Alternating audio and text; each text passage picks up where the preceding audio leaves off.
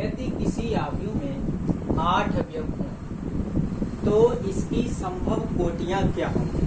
मतलब अगर आपके पास एक आव्यूह है और उसमें अवयव हमको पहले से पता है 8 है, तो इसकी संभव कोटियां क्या होंगी। तो हम लोग जानते हैं, इसके सलूशन को देखिए। हम लोग पहले से जानते हैं अगर कोई आव्यूह है और उसकी कोट, आव्यूह की कोट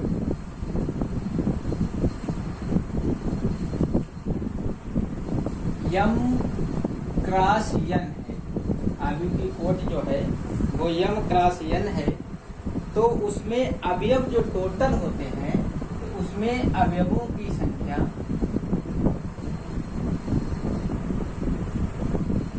यमयन होती है। कितनी होती है?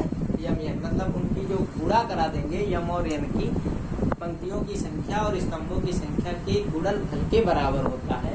तो इसलिए हम लोग क्या करेंगे कि हमारे पास टोटल अवयव है 8, तो 8 अवयव के हमें सभी क्रमित युग्म लिखने पड़ेंगे।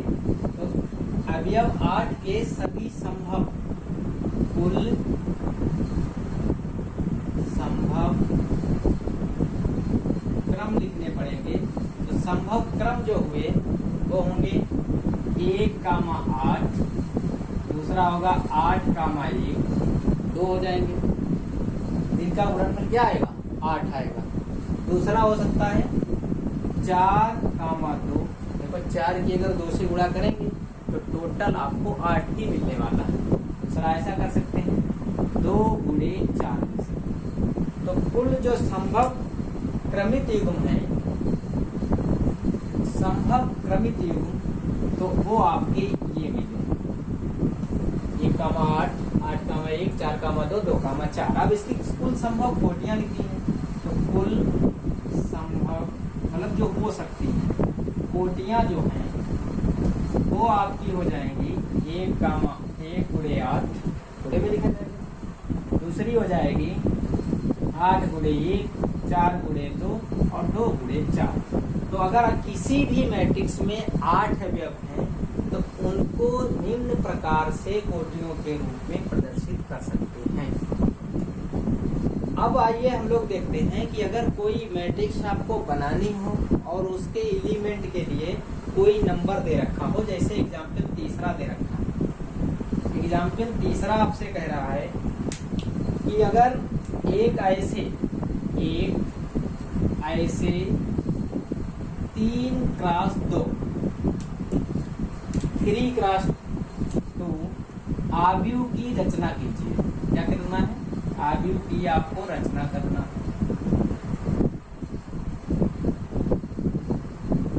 जिसके अवयव जो हैं AI जैसे डिफाइंड है 1/2 mod I माइनस 3j द्वारा प्रदत्त है। मतलब आपको एक ऐसे आव्यूह को लिखना है जो 3x2 की रचना करता हो और जिसके अवयव Aij 1/2 mod I minus 3j द्वारा क्या हो? प्रदत्त हो। तो हम लोग क्या करेंगे? हल लिखेंगे। हल में हम लोग क्या करेंगे?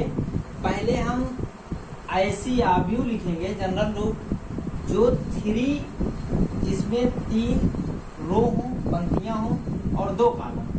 तो देखिए जनरल लिख लेते हैं A बराबर 3 रो होनी चाहिए, तो A11, A21, A31।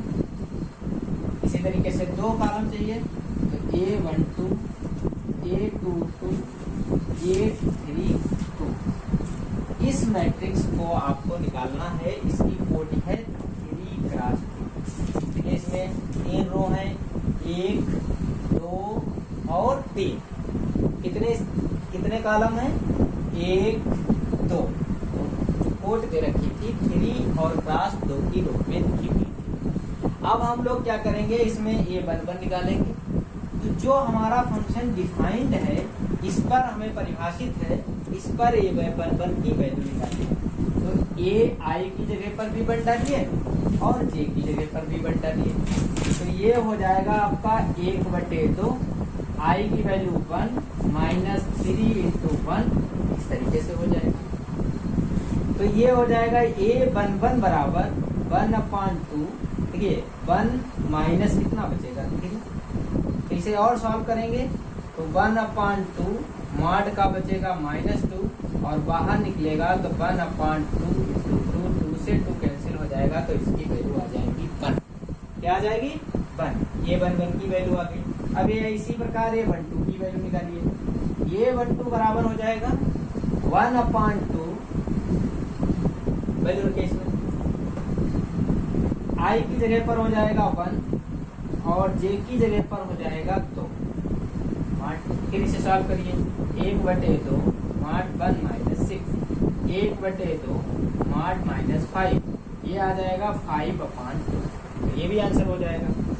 अगर दूसरा, अब इसकी वैल्यू निकालिए A21 की, तो A21 बराबर 1/2, आई की वैल्यू 2 -3 × 1, तो ये आपका आ जाएगा 1/2, 2 - 3, तो ये बचेगा 1/2 × -1, तो ये आ जाएगा -1/2। इसी तरीके से 2 की निकालिए तो ये 2 की वैल्यू निकालिए, तो 1/2 आई की जगह पर 2 -3 और जे की जगह पर 2, अप्लाई दैट 1/2, 2 माइनस कितना हो जाएगा 6। फिर आइए देखिए, तो 1/2 ऐसे मार्ट में वैल्यू बची -4 और मार्ट के बाहर वैल्यू निकालेंगे तो काहे की हो जाती है, 10 की बच्चे हो जाती है।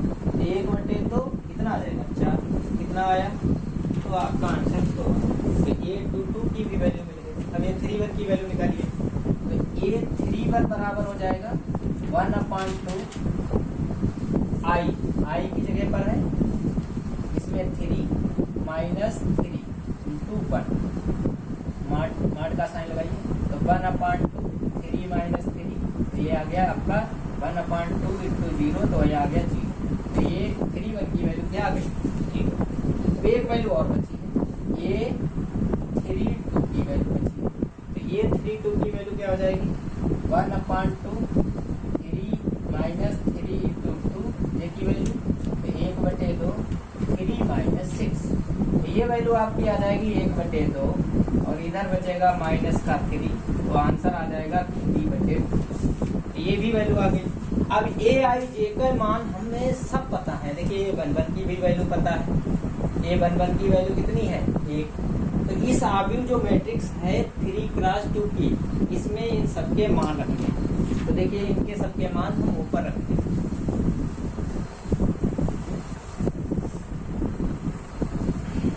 देखिए कैसे, तो ये आ जाएगा A बराबर A11, A11 की जो वैल्यू है, A11 की वैल्यू कितनी है 1। फिर देखिए A12 की जो वैल्यू है वो कितनी है 5/2, 5/2 डालिए। A21 की जो वैल्यू है वो -1/2, फिर A22 की जो वैल्यू है वो 2, फिर A31 की जो वैल्यू है वो 0 है, A32 की जो वैल्यू है वो 3/2। इस तरीके से हमको मैट्रिक्स का मान पता चल गया जो A_I_J पर इस पर परिभाषित था।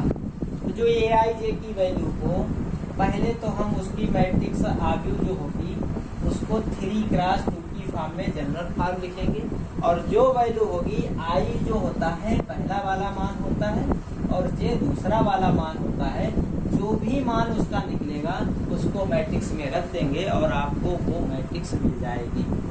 इसके बाद हम लोग सीखेंगे कि आव्यूहों के प्रकार, कि आव्यूह कितने प्रकार की होती है। तो अभी तक हम जितना भी पढ़ रहे थे वो सब आव्यूह को बनाने के बारे में ही सीख रहे थे। अब हम लोगों ने आव्यूह को बनाना सीख लिया है, आव्यूह को समझ लिया है कि कब कौन सा एलिमेंट कहाँ पर होता है। अब सीखेंगे कि आखिर आव्यूह होते कितने प्रकार के हैं। तो विभिन्न प्रकार के आव्यूह हैं, तो उन्हें एक एक करके हम लोग सीखना प्रारंभ करेंगे।